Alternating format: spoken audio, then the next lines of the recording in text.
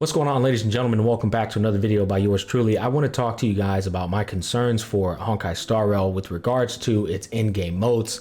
We've given it all its flowers. We've praised it. We've been acknowledging the devs' hard work at play.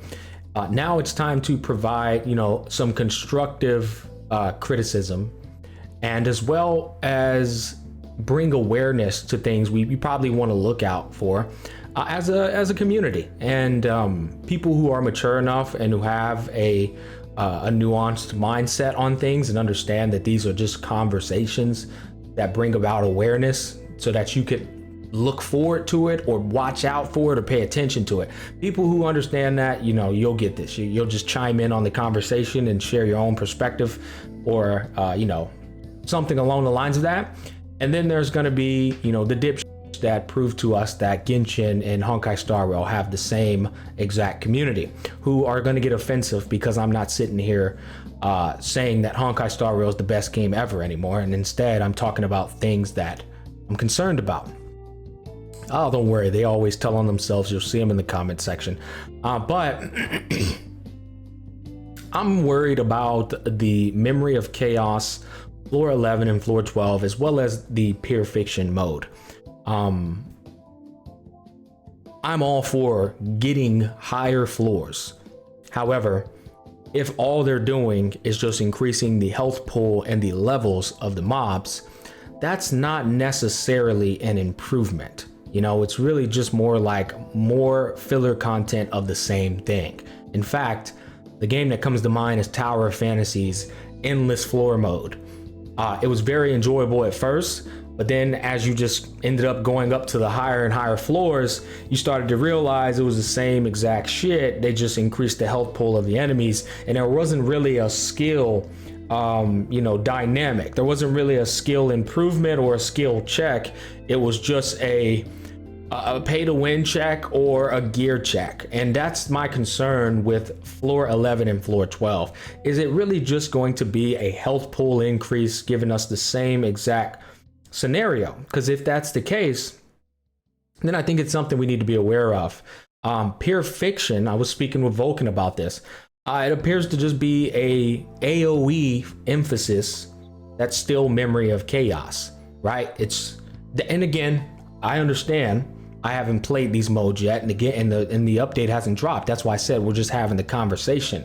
If that ends up being the case, then we need to critique that with constructive criticism so that the devs are aware that, this is cool, but it's not cool because it's pretty much the same type of stuff. Now, I'll admit, Pure Fiction, even if it is a AoE version of MOC, there's still a bit of a fresh air about that, but it doesn't exactly breed or scream, oh, this is such a new mode. You know what I mean? Oh, there's a wow factor here. There's innovative qualities of this mode.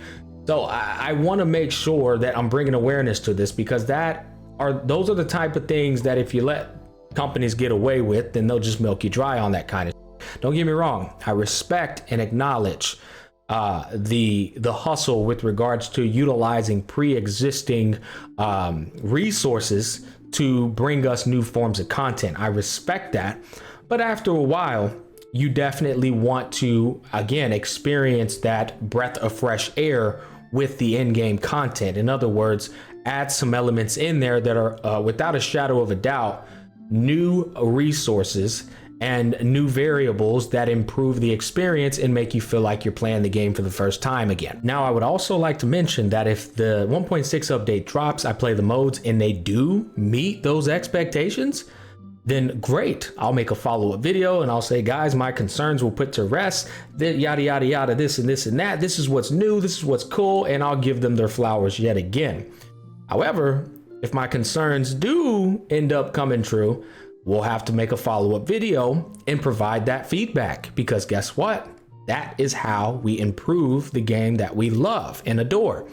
Provide the feedback. No. This is all right. This is getting a little stale, a little tedious. Let's get some new elements up in here. Now, the good news is these guys, as I always say, they have a solid foundation.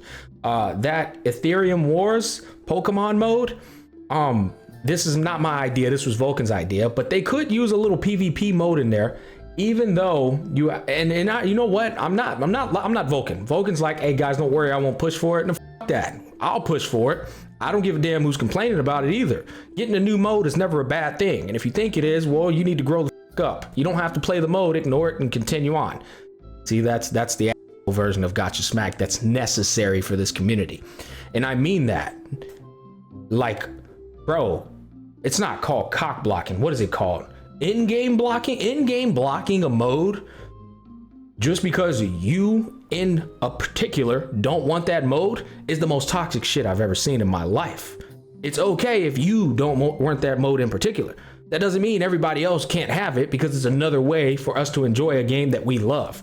I would love for that Ethereum Wars to have some type of little PvP friendly thing. I don't care if there's no rewards attached to it. Just give me something new to do with the resource you have that we actually enjoy. Moving on to the next cause for concern. Again, this is concern. I'm not saying that this is already like set in stone. I have to constantly remind this to some of the viewers, not all of you guys, y'all know. Some of the viewers, man, they just don't have the emotional intelligence to comprehend concern versus shitting on a game. Anyways, simulated universe upgrade. I'm all for upgrades, super pumped about it, and I hope it ends up being as cool as we are excited for it to be. However, what they showed in the live stream looked like they took elements from Swarm Disaster and applied them to the simulated universe and kind of switched some things around.